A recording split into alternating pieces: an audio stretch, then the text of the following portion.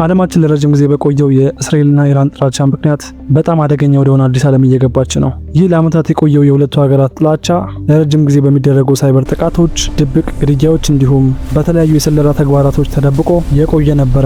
ነገር ግን አሁን ላይ 2026 ላይ ያ በድብቅ ሲያከናውኑት የነበረው ነገር በስተመጨረሻም ግልጽና ቀጥተኛ በሆነ የሚሳኤል ጥቃት ተቀይሯል። በቅድሚያ ግን ነገሮች እንዴት እዚህ ደረጃ ላይ ደረሱ የሚለውን ለመመልከት ዓመታትን ወደ ኋላ መለስ ብለን ማየት ይኖርብናል። የእስራኤልና ኢራን ጥላቻ ከመሰረቱ የነበረ አልነበረም።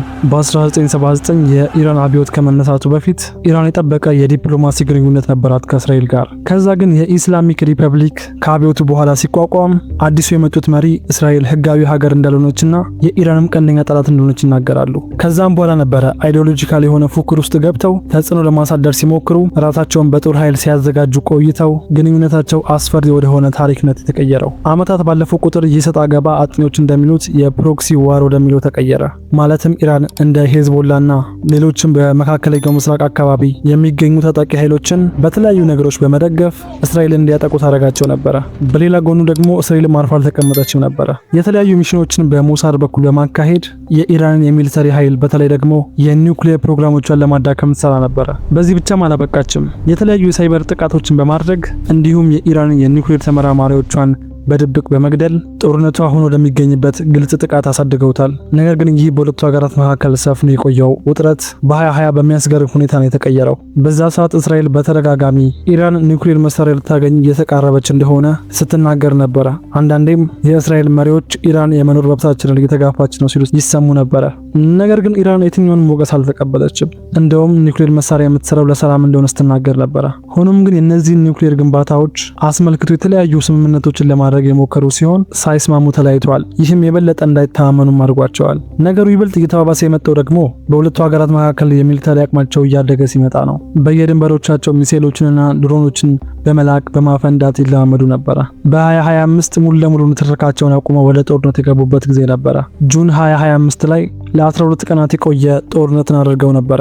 በጊዜውም እስራኤል የኢራንን የኒውክሌር ጣቢያዎቿንና የሚሊተሪ ቤዞቿን ኢላማ አድርጋ ነበር የተኮሰችው። ብዙም ጊዜ ሳትፈጅ ኢራንን ብትሆን በመቶዎች የሚቆጠሩ ፈንጂ ድሮኖችንና ባለስቲክ ሚሳኤሎችን ወደ እስራኤል ከተሞች አስወንጭፋለች። ይህ ለአጭር ቀናት የቆየው ምልልስም ምንም ግልጽ እልባት ሳያገኝ ነበር የተጠናቀቀው። እንደውም አንዳንዱ ትኩረታችንን ለመሳብ ነው እንደዚህ የሚያደርጉ ሲሉም ተሰምተው ነበር። ነገር ግን ይህ መነሻ ለሌላ ከፍ ያለ ጦርነት ዳርጓቸውማል። ፌብሩዋሪ 28 2026 እስራኤል ከአሜሪካ ድጋፍ አግኝታ የብዙ ሚሳኤሎችን በማስወንጨፍ ኢራን ላይ ከባድ ጥቃት ፈጽማለች።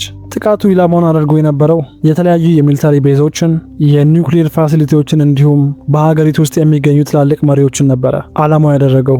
እንደ ብዙዎቹ ዘገባ በመጀመሪያው ሰዓታት ብቻ በመቶዎች የሚቆጠሩ ጥቃቶችን ሰንዝረው ነበረ። ጥቃቱም ኢራንን ክፉኛ ነበር የጎዳት። ትልልቅ የኢራን መሪዎች ተገደሉ።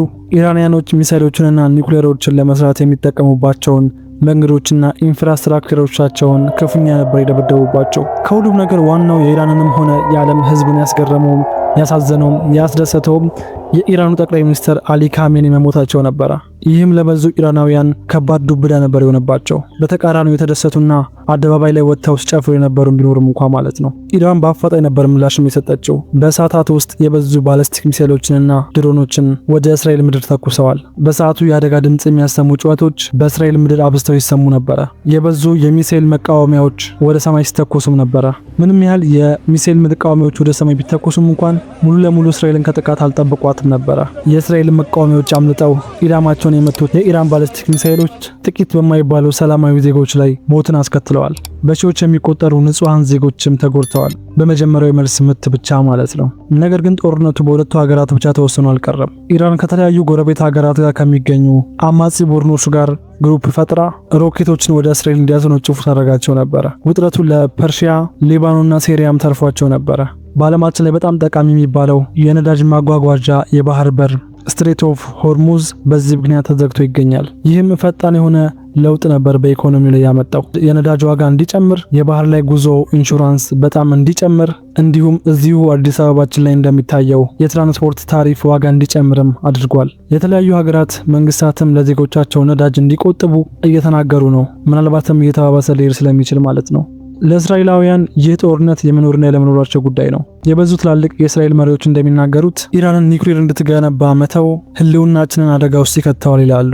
እንደሚሉትም ይህ ነገር ከመፈጠሩ በፊት የፈለገው መስዋዕትነት ተከፍሎ ይህን ነገር ማስቆምና እልባት ማስገኘት አማራጭ እንደሆነ ይናገራሉ።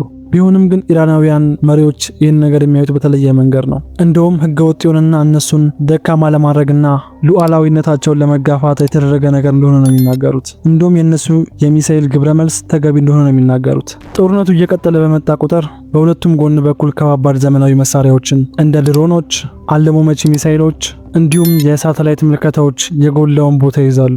ከዚህ በፊት በታሪክ እንደሰማነው በመሬት ተጉዘው እጅ ለእጅ ተያይዘው አይደለም የሚጋጠሙት። ይልቁንም ከመቶዎች ባስ ሲልም ከ1000 ኪሎ ሜትሮች ርቀት ላይ ሆነው ነው ይህን ጦርነት የሚያካሂዱት። ሌላኛው እንደ ምክንያት የሚጠቀሰው ነገር ደግሞ እስራኤል ከዓለም ሀገራት ጋር ያላት ግንኙነት ነው። ከባድ የሆነ የሚሊተሪ ድጋፍ ይደረግላታል ከአሜሪካም ይሁን ከሌሎች የምዕራቡ ሀገራት። ኢራንን ስናይ ደግሞ የሻከረ ግንኙነት ነው ያላት ከጎረቤት ሀገሮቿ ጋር ራሱ ቢሆን። ይህ ህብረት የጎላ ተሳትፎ የሚያደርግ ከሆነ መዘዙ አደገኛ ሊሆን ይችላል። የበዙ ሀገራት ጎራ መርጠው በዚህ ጦርነት ላይ የሚሳተፉ ከሆነ ጦርነቱ ከሁለቱ ሀገራት አልፎ ሌሎችንም የሚነካ ይሆናል። ይህም እንግዲህ የበዙ መዘዞችን ይዘው የሚመጣ ይሆናል። የኤር ስትራይኮችና የሚሳኤል ጥቃቶች የበዙ ኢንፍራስትራክቸሮችን ያወድማሉ። ትራንስፖርት ሲስተሙ አይኖርም። ንጹህ ዜጎች እንዲሞቱና እንዲቆስሉ ብሎም ቤታቸውን ለቀው ወደ ሸልተር እንዲገቡ ይሆናል። የኔትወርክ ስርጭቱን ቢሆን መቋረጡ አይቀርም። ይህ ብቻም ሳይሆን ጦርነቱ እየቀጠለ በሄድም ቁጥር ጦርነት ብቻም አይደለም የሚሆነው፣ ለወደፊቱ የራሱን ታሪክ ጽፎ ነው የሚያልፈው። ስለዚህ በሁለቱም ሳይድ ሚሳኤልን ብቻም አይደለም ይዘው የሚዋጉት፣ መረጃን እንዲሁም ፕሮፓጋንዳን ይዘውም ጭምር እንጂ። እያንዳንዱ መንግስት በጦርነቱ ወቅት ራሱን ሲከላከል እንደነበረ ነው ማሳየት የሚፈልገው፣ ያኛውን ወገን እንደ ጸባጫሪ ለማሳየት ማለት ነው። ለምሳሌ ሰሞኑን አልጀዚራ ያወጣው ዘገባ ነበረ። እሱም እስራኤል የተለያዩ አፍሪካ ሀገራት ውስጥ ያሉ የሚዲያ ሰዎችን እየወሰደች ወይም ደግሞ ስፖንሰር እያደረገች ስለሷ ጥሩ ነገሮች እንዲዘግቡ ታደርጋለች። ጥሩ ነገሮቿን ብቻ በማሳየት ሲል ተደምጧል። ይህም አሁን ላይ ለተናገርኩት ነገር እንደ ጥሩ ማሳያ ሊሆን ይችላል። በጣም